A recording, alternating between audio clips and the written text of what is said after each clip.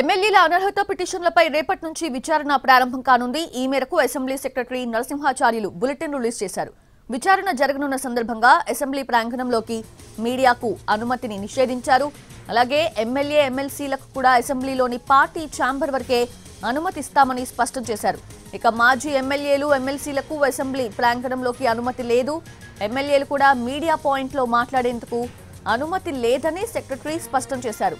సోమవారం నుంచి అక్టోబర్ 6 వరకు కూడా ఈ నిబంధనలు వర్తిస్తాయని తెలిపారు.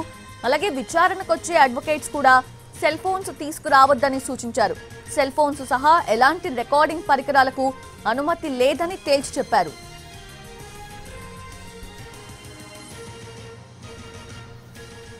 రైట్, అది ఇదే అంశానికి సంబంధించిన లేటెస్ట్ అప్డేట్స్ అందించేందుకు మా ప్రతినిధి చారి సిద్ధంగా ఉన్నారు. చారి, చాలా నిబంధనలు విధించినట్లుగా తెలుస్తూ ఉంది. సో ఏంటవి? అనర్హత పిటిషన్ ఎదుర్కొన్నటువంటి ఎమ్మెల్యేలకు సంబంధించినటువంటి ట్రయల్ ని స్పీకర్ రేపటి నుంచి మొదలు పెడుతున్నారు. ఉదయం 11 గంటలకు ఈ ట్రయల్ మొదలవుతుంది.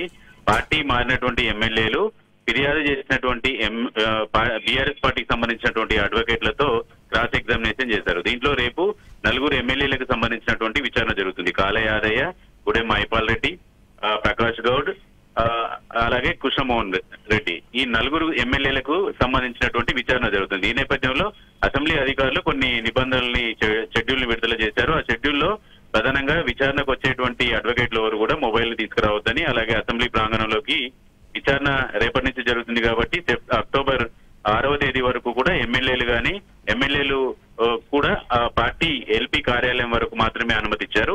ఆ విచారణకు వచ్చేటువంటి అడ్వకేట్లకు మొబైల్ అనుమతి లేదని, అలాగే రికార్డింగ్ సంబంధించినటువంటి పరికరాలని తీసుకురాకూడదనేటువంటి విషయాన్ని చెప్పారు. మీడియా పాయింట్ కూడా వాడొద్దని చెప్పారు.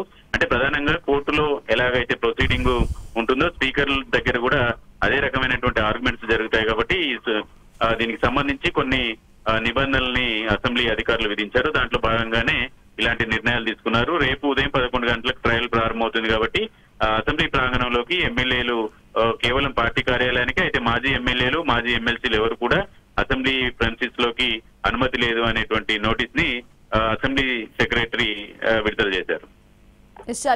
Thanks for the updates.